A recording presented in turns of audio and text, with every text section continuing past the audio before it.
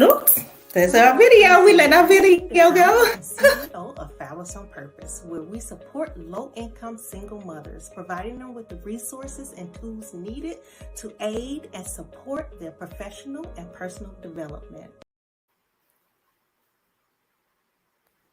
Okay, honey, we are live. I don't know what happened, but I think my video was just freezing up. But oh my goodness, welcome, guys. Welcome back to what? Sonya's Boss Up Corner.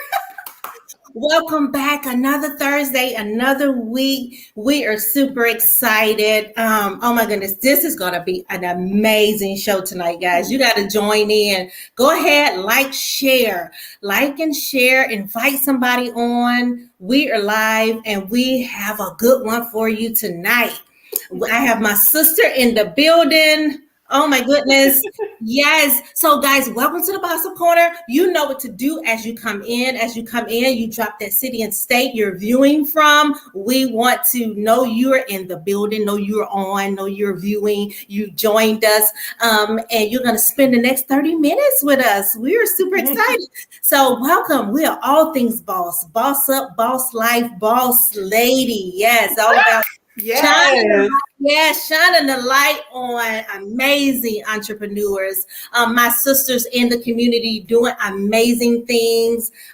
We are super excited. So tonight, honey, I don't even want to keep going on. I'm going to introduce this beautiful queen, Dr. Catherine. Oh my goodness.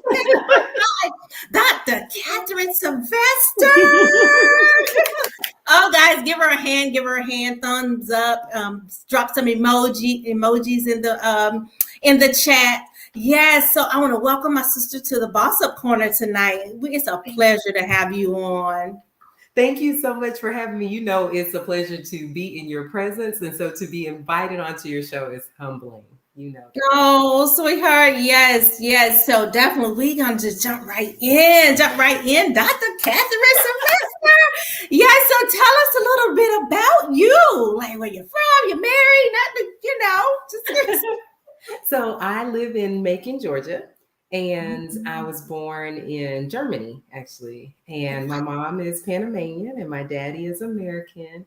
And so I got to learn a lot from both of their cultures growing up. I am married. I have been married for 12 years, and I have two precious children. One is 8 and one is 2. And so that is me. Those are the things that matter most to me. I have really good friends, very close friends, godparents to my children. And so, just having people like that in your life, you always feel blessed. So I am blessed and so grateful to be here with you. Yes, thank you so much. Well, thank you so much for just wanting to come on and share, what you got going on, share about you, and just tell us what you do for a living. Okay, yes. So I am a physical therapist. And so for the first 10 years of my career, actually almost 12 years, I worked in a hospital setting. So I worked with people who had brain injury, spinal cord injury, stroke, and I worked with little children. And then flash forward about 5 years into my career, I got pregnant. And after I had my son, I realized that there were gaps in the way women are treated in the healthcare system. So I decided to start working with women, and it has been the most amazing change. So when I got pregnant and had kids, there were 4 other women who had children at the same time as me. And what I realized a year later was that one had had a C-section, but she had a hernia afterwards. One was having painful sex. One was having a really hard time losing her belly fat. And the other one was dealing with depression after having her baby. And I thought I could walk this journey with moms and help them, help them rediscover who they were before they had children. And so started a program called Rediscover Your Music and worked with women in that way.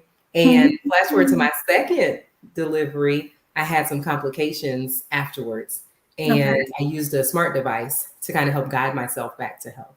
And so after 9 months, I was back to normal, no kidney issues, no blood pressure issues.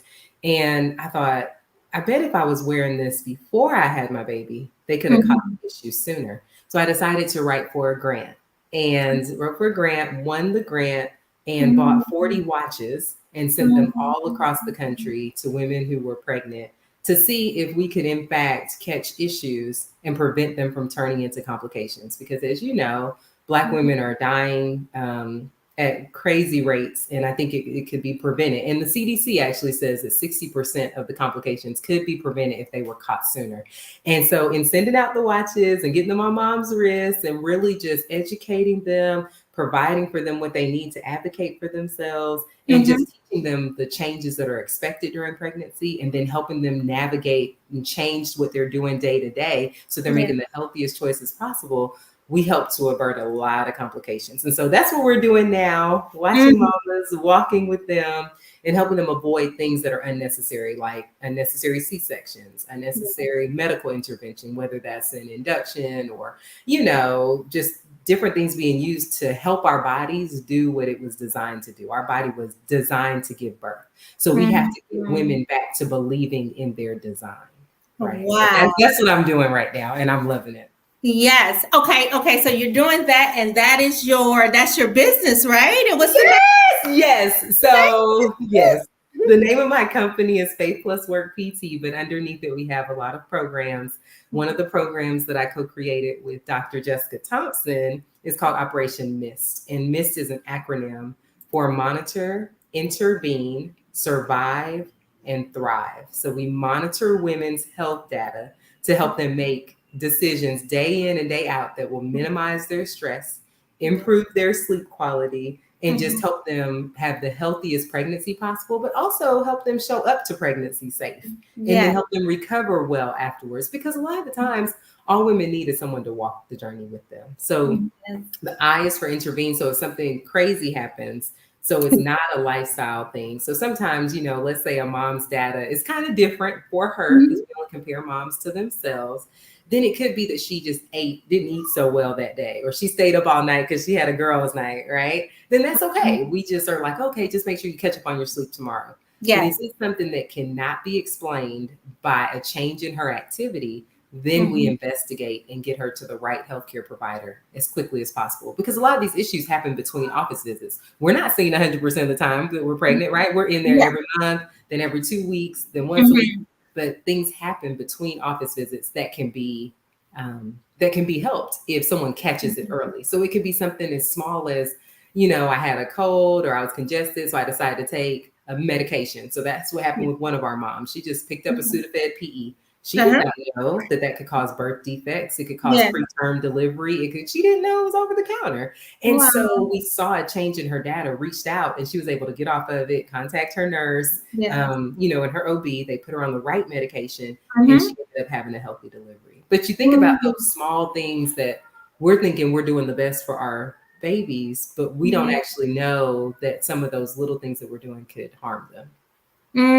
Yes. And it's so amazing because you created this whole database, right? Like your So your baby, your product. Like, yes. right. So, in terms of the display of the data, there's another organization and they actually help display the data for us. Okay. So, prior to me when I received the watch, it was from another physical therapist, and they were doing a health study to see if they Okay. could use wearable data to detect COVID. Because, the sooner you detect it, the Yeah. better. So, you're not Mhm. spreading it to other people and stuff like that.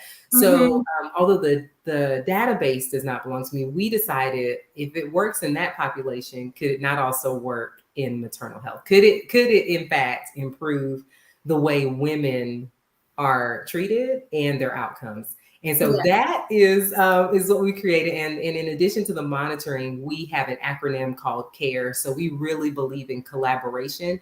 So we, try to get everyone on the team that needs to be on a woman's team. Because a lot of times women just think, okay, it's my OBGYN and it's my doula, or it's my midwife and it's my doula. And now people are Yeah. like, oh, it could be a lactation consultant. So they're helping with breastfeeding. But it could also be a kidney doctor for a woman who has had preeclampsia, like I did. So my kidneys were affected. A kidney doctor should Mhm. be helping me. Or let's say that it's a woman and she's had a fall, or she's Mhm. broken a bone, or something has happened. Maybe her having a chiropractor would be Yeah. good for her on her team. Or let's Mhm. say that someone's diet is causing them to have high blood pressure. Well, then why Mhm. not get a dietitian on her team? So collaboration is a huge part. And then the A Mhm. is for advocacy. So we Okay. want women to advocate for themselves so that Yeah. they can have the type of birth that they want to have. There Yeah. are some times, and it's not that it happens all the time or that all Mhm. providers do this, but sometimes C-sections are scheduled just because you had a C-section before. That's not a great reason, just because you Yeah. had one before. And Mhm. prior to, I guess when all of this kind of got into the news and things, there were race-based protocols where women, if they were Black, then they were Mhm. automatically at a higher risk for having complications for vaginal birth after they've had a C-section birth. And so just trying to get women to be looked at as individuals as Yeah. opposed to being looked at like everybody else is, because at the end of the Mhm. day, that could be what's killing us. So Mhm. advocating for themselves Yes. so that they can get the best care and that Mhm. it's individualized to them. The R is for resources. So we like to connect women with resources like yours, where if they need clothes or they need shoes or their babies need clothes or shoes, that they have that, because we Yeah. know that if someone is stressed during their pregnancy or they're stressed after Mhm. delivery, that ends up showing up in their bodies and they're not recovering well. That can prevent things like postpartum depression. That's why when I met you, it's like sometimes people Yes. don't realize the impact that they're having, but you are taking a lot of stress off of women during a time when they Mhm. need the stress to be taken off. And so Yeah. what we find is that when women have nice things done for them or given to them, their stress levels go down drastically. And so if your Mhm. stress is lower, then your outcomes can be better, right? And then the E Yes. is for education. So women need to know not just how their baby is doing, which typically that's, in the doctor's office you go, they might check your blood pressure and Mhm. then they check the baby. How is the baby doing? How's the baby's heart rate? Can we Yes. see the baby? What's going on? But it's like, how is the mom doing? We need to make sure that Mhm. she's educated about the changes that'll take place in her own body. Mhm. Because a big part of the reason that we do what we do is Mhm. that women don't know that their heart is being called to work 40 to 80% harder during pregnancy and delivery than it was Mhm. before. That their kidneys are working 50% harder. And so their Mhm. lungs are not able to expand like they were before. So if they knew that those things were happening, then maybe it would be easier for them to follow the instructions of their provider. Because I feel like the worst thing is when you're educated to do Yes. something, but you're not educated about the why behind it. Yes. And then that's weird because we don't think about that. Like, during pregnancy, you're saying you're working, your heart is working, overtime, your kidneys and everything because you're carrying what another human being. So yes, Yeah. definitely. And you don't look at it that way. So it's great to just know and just, put that out there that women just, keep those things in their mind. Just, understand that it's two now opposed to one, just like Yes. you're eating for two, you're really trying to keep your health and everything in check, because you, like you said, working overtime. That's just amazing. And I just love, that's what I said when I met you. I just love what you're doing. Just thinking about the moms, the babies, and just really like the whole thing, just following them throughout the pregnancy, catching these like you said, these health issues, and how you guys partner with the different, different entities. Just like you said, it could be a kidney doctor, it could be, you need therapy. Just knowing, and connecting them with, not just throwing them out there, just go to your doctor and, just internal medicine. Right.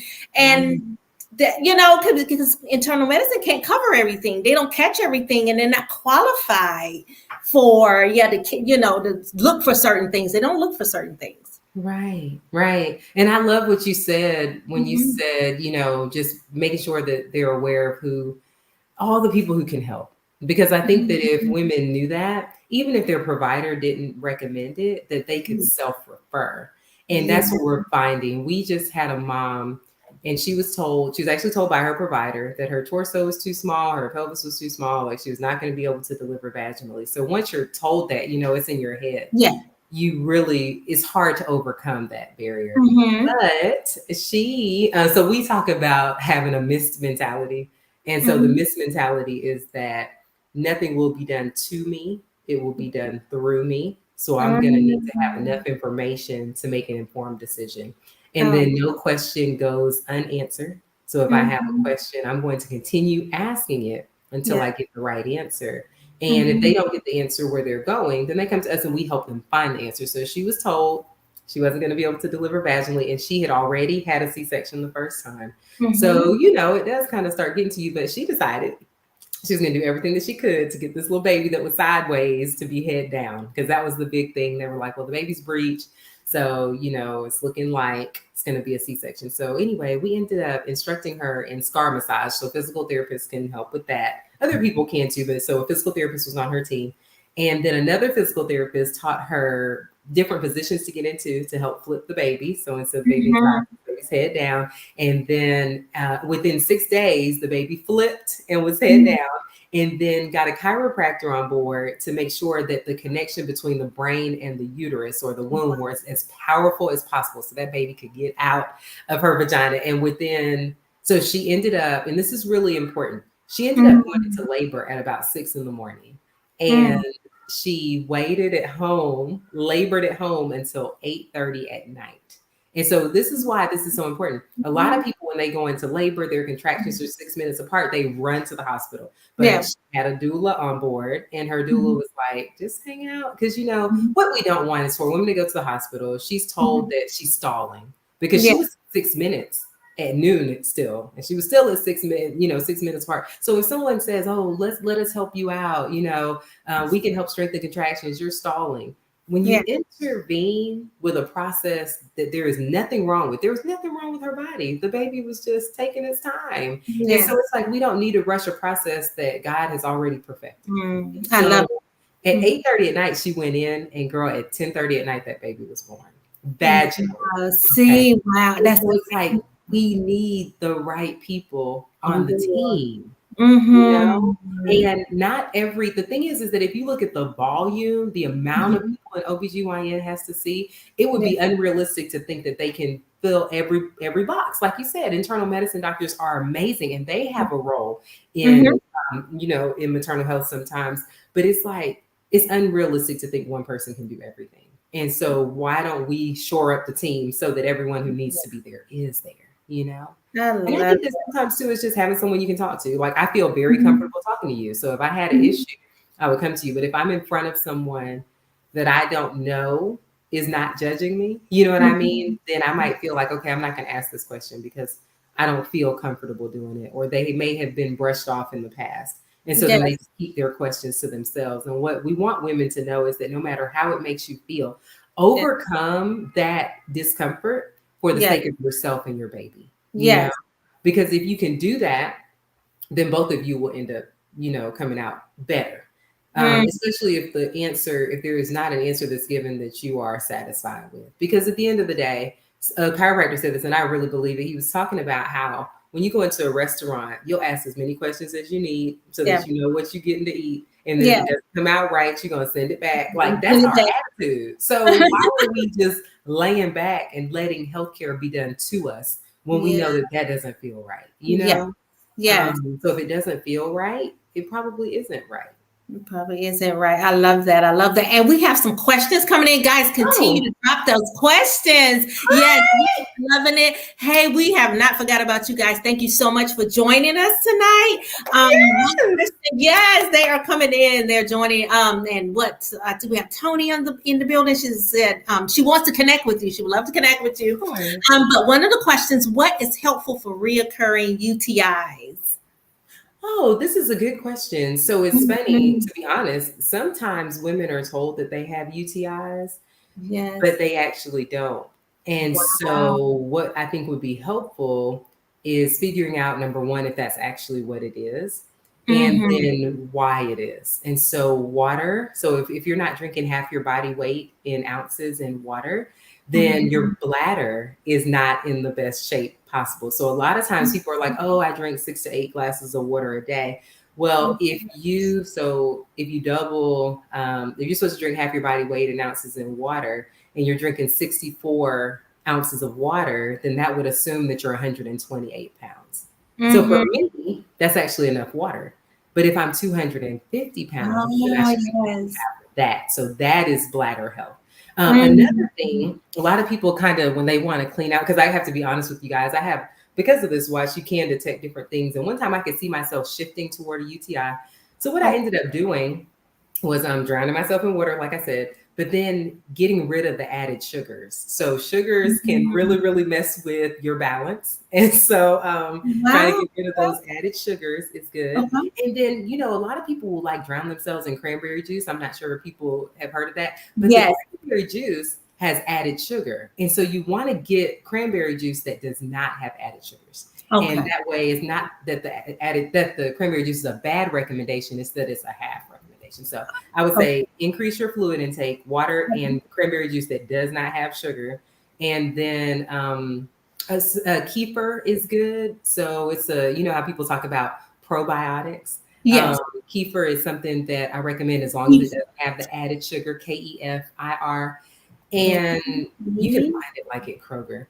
And then on the other side of that are prebiotics. So prebiotics set up the gut in a good way so that whatever is put in there that is good can stay around longer. The body can really benefit from it. So I would say that the prebiotics would be like beans, things like that. So then when you eat the good food and the probiotics, then it can stay around longer to do its job.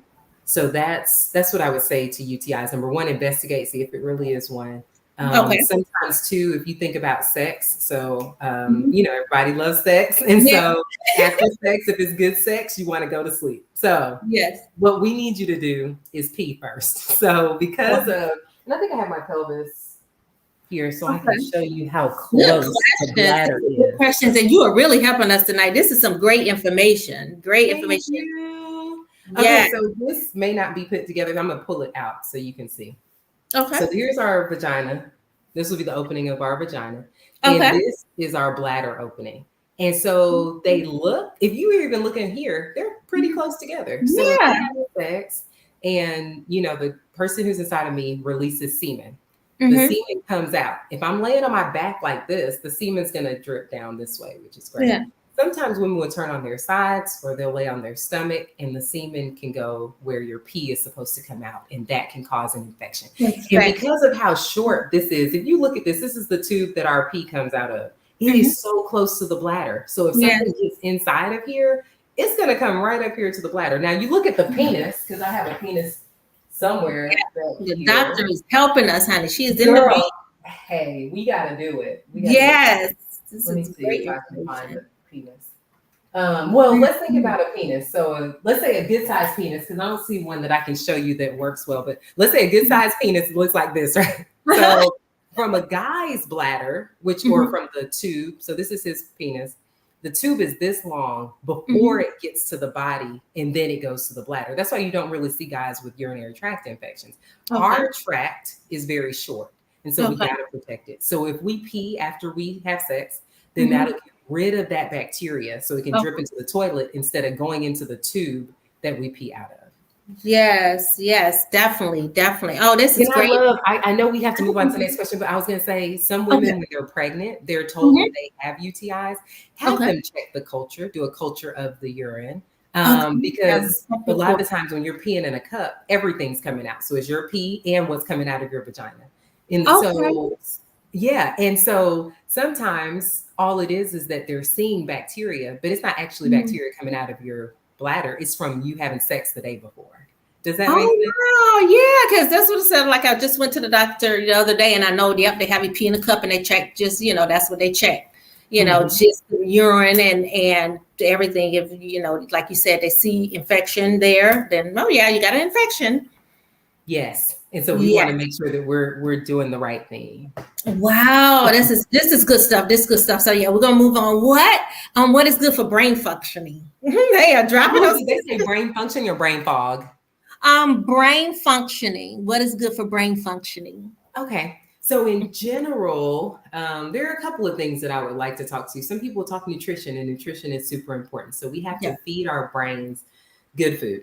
And so we're thinking things like whole grains, vegetables, things like that, not overloading our bodies with added sugars. And so for me, because I know when people are like, well, do I cut out all added sugars? The American Heart Association, I believe their recommendation is please do not quote me, I think it's 24 grams for women and 37 grams for men. And so the problem is when you look at a nutrition label, Mm-hmm. If you look at like juice, it might say 28 grams. So if you drink juice in the morning and it's only, Okay. even if it's only 8 ounces, then you might have had Okay. all the sugar that you're supposed to have for the day. Sugar Okay. can really slow the functioning of your brain. So even though Watch you the sugar. need sugar, to function, you Mm-hmm. also want to make sure you're not overloading with added sugars. So trying to get natural sugars like fruits. I love frozen fruit. So if I'm feeling like I want something sweet, I'll typically Mm-hmm. grab some frozen fruit. But the other thing, y'all, is sleep. So a lot of us either, well, I won't say that. I know for myself, Mm-hmm. sometimes before I realized that when you go to sleep matters, I might go to sleep at like 12 or 1, and then I'm Okay. sleeping until 8. And I'm like, well, at least I got 7 hours of sleep. But at Mm-hmm. the end of the day, if you go to sleep when it gets dark and wake up when it gets light, that is Mm-hmm. what our bodies respond best to. And Yeah, if you I keep the noticed that. lights also light, yeah, right. So you get Yes. of the screens before Uh-huh. at least 30 minutes before you go to bed. So sleep quality matters because it regulates the hormones that help us think well.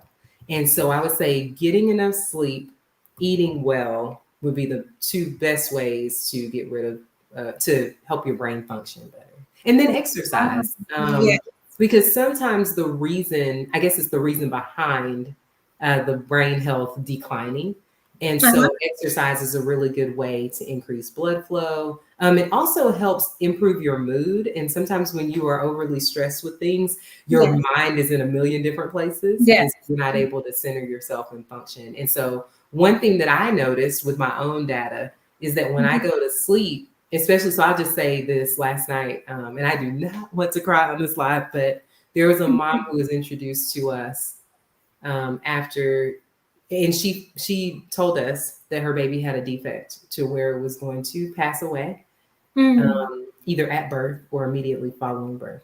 Oh, yes. And so when I went to go see her yesterday, I went to sleep, but I Mhm. wasn't sleeping. My brain was still thinking about her and how she must Yeah. feel. And, Mhm. on a day to day basis, I am able to quiet my mind and get good quality sleep.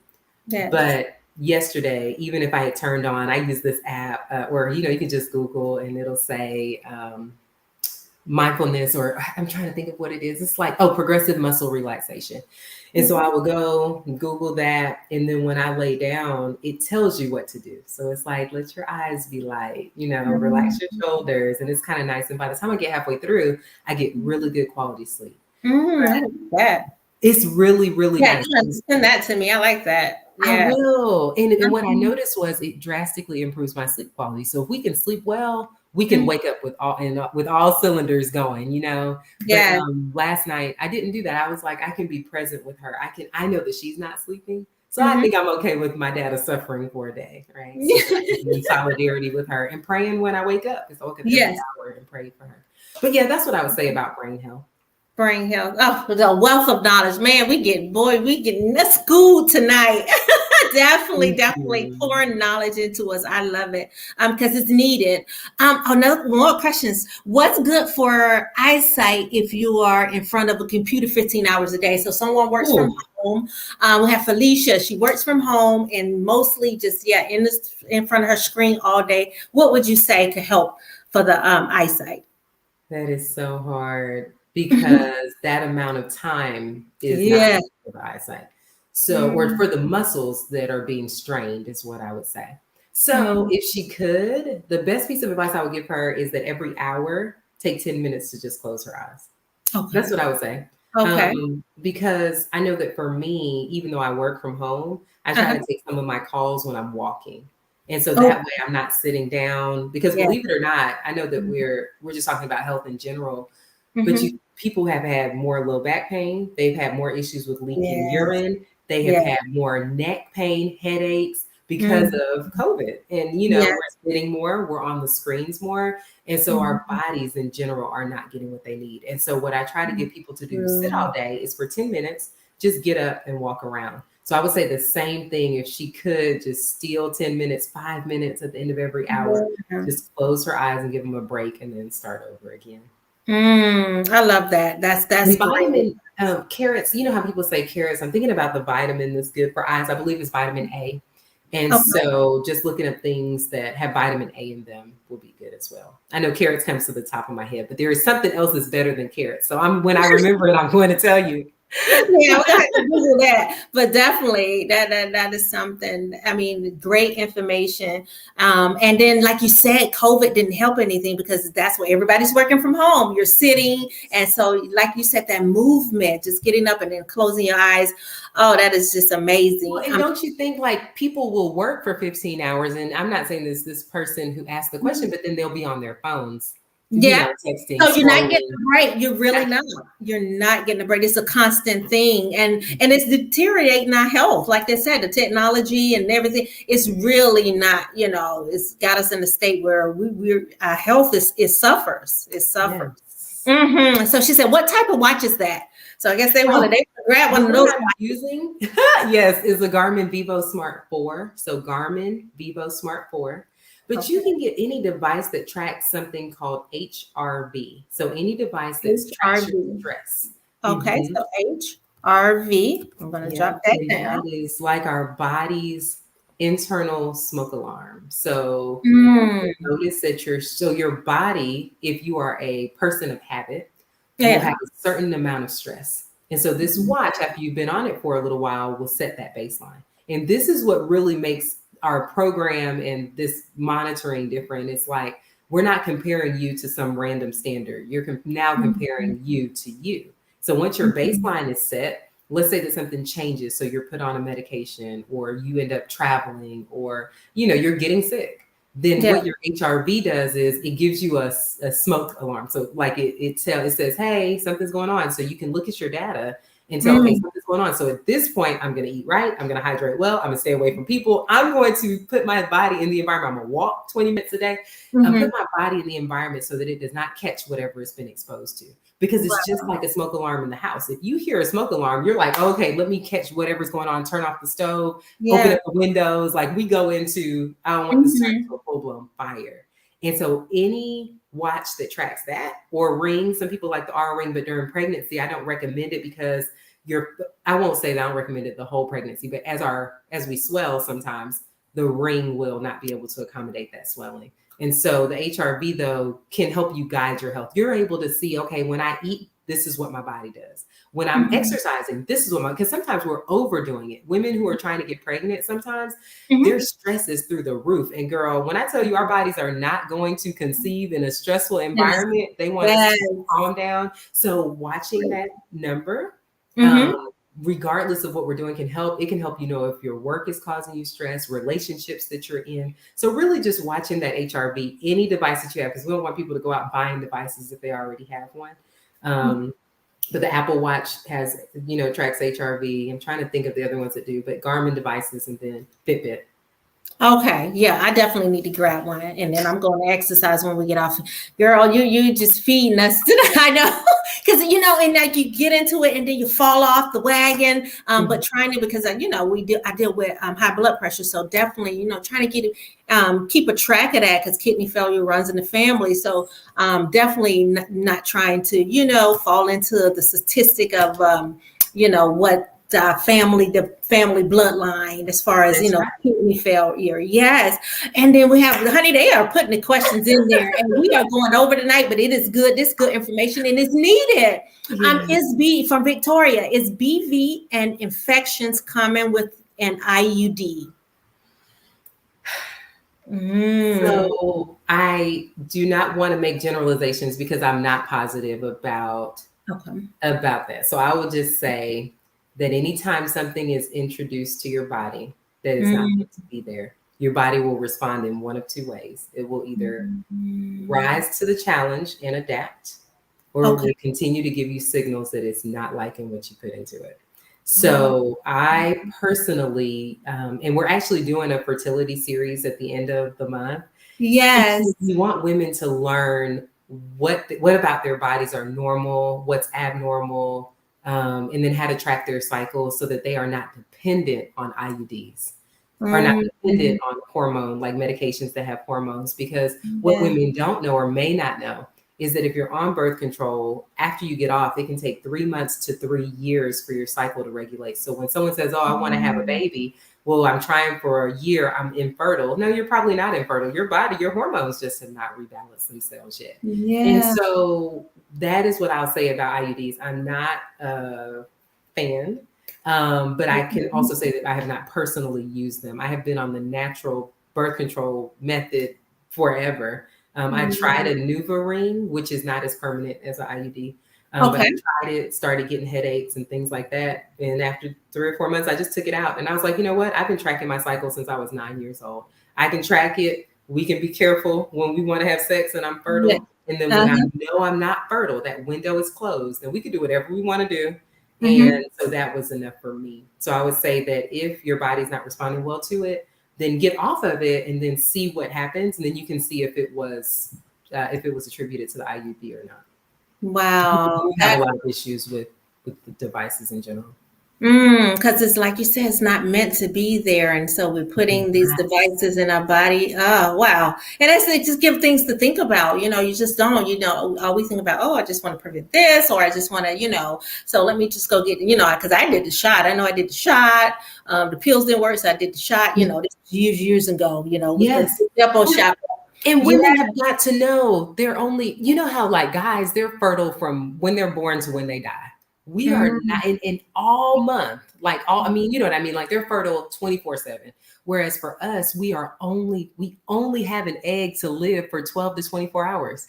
So we're sitting here, the ones on birth control, when we can our egg only lives for 12 to 24 hours, meaning that for the days leading up to that, let's say maybe 5 days leading up to the day that you release an egg, you're at risk for getting pregnant. So you're on birth control 30 or 31 days out of the year, out of every month, but you are only fertile for about a week. And so we're harming our bodies. We're throwing off that balance. You talk about, brain health, heart health, vaginal health, like we are throwing off the hormones that balance it, not only because of the pills and the, sometimes the insertables are not bad, but they might have like copper, or they have other things in there that are being released. Then you're throwing things off and you don't even realize our metabolism, like our body depends on our hormones being balanced, and those devices throw off those injections, those pills throw off. Yes, I love this because you're putting all these like foreign, items and objects into your system, and I love, that you're the holistic, that you're all on this holistic thing, and this. Because people don't realize that, you can. Like back in the day, that's what they did. It was naturally. They would watch the calendar. They know when they could be pregnant and when they could not. Yes. And then look at this. So, you talked about teaching, right? So this is your uterus and this is your vagina. So you're putting something in your uterus and expecting, and not that people do it, but they don't understand it, that it's not going to affect this. They're connected. Yeah. So here is going to affect you here. Daryl, we got to bring you to do a class. This is too good. This is too good, honey. We're gonna have to do a whole series on just health. It's just body health and then mindset, changing our mindsets. And but if we know the information, so that's what I love. I said we have to bring you on, do something just to get the information out. Keep us healthy and we live longer. Like you said, things are killing us. It's killing us. Yeah, so okay, I think it's one more, honey. We got to get out of here and I got to let you go. So some women have an IUD due to irregular heavy bleeding. Other than IUD, do you recommend what do you recommend? I guess, and then no fibroids. Yeah. Fibroids. Okay, this is neat. So here's the thing. Here's what I'll say, and we'll just back it up to when we start having our cycle. So sometimes people will get onto birth control or have something implanted because of irregular bleeding, but we're never taught the fertility cycle, so they may not know why they're bleeding. So then if the why behind the bleeding is identified, then the proper remedy can be put into place. So I have two friends, actually. One is a doctor. She gives people birth control on a regular basis. She is 37, and so for her entire life has not had a regular cycle. And so she called me one day and was like, I'm thinking about getting on birth control. I was like, what birth control does to people? She's like, I know, but I'm bleeding. It's painful. Like, I don't know, I don't know what else to do. And I said, let's just try changing your diet. So take all the sugars out of your diet. And she was like, no, I think I'm gonna do the birth control. So she does birth control. And a month later was like, okay, I'm coming off this birth control. And so she took the sugars out of her diet. And she also had some fibroids in her breast as well. So she had fibrocystic breast and she also had some fibroids. And do you know that just taking the sugar out, because sometimes it's that you have to take something out and you have to add something else, right? Yeah, yeah. So just taking the sugar out, they went back and looked for the cyst that was in her breast. It was gone. They can't even find it. And then she's getting her fibroids checked, but she already feels her cycle was regular for the first time in her life that month.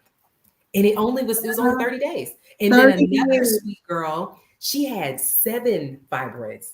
And she changed her diet. She also changed to all cotton organic underwear. I'm trying to think of other things that she told me. She took some teas. Like I'm a big tea drinker. She did some raspberry leaf tea and another tea that I'll shoot to you so that you can tell your listeners. Yes. But she did that. And so she has been really doing, and then hydrating well, exercising, meaning that she's doing what's good for her body. Because a lot of people think, well, if I exercise, I have to get my heart rate up to a certain amount. Well, when my kidneys failed, it stopped me from doing that. I will not get my heart rate up into a certain zone because my watch tells me this is not, your body's not liking this. So now I fight, I do different things. So when I say exercise, I hate just putting that out there because some people have to do less to get more, right? Or just do it differently.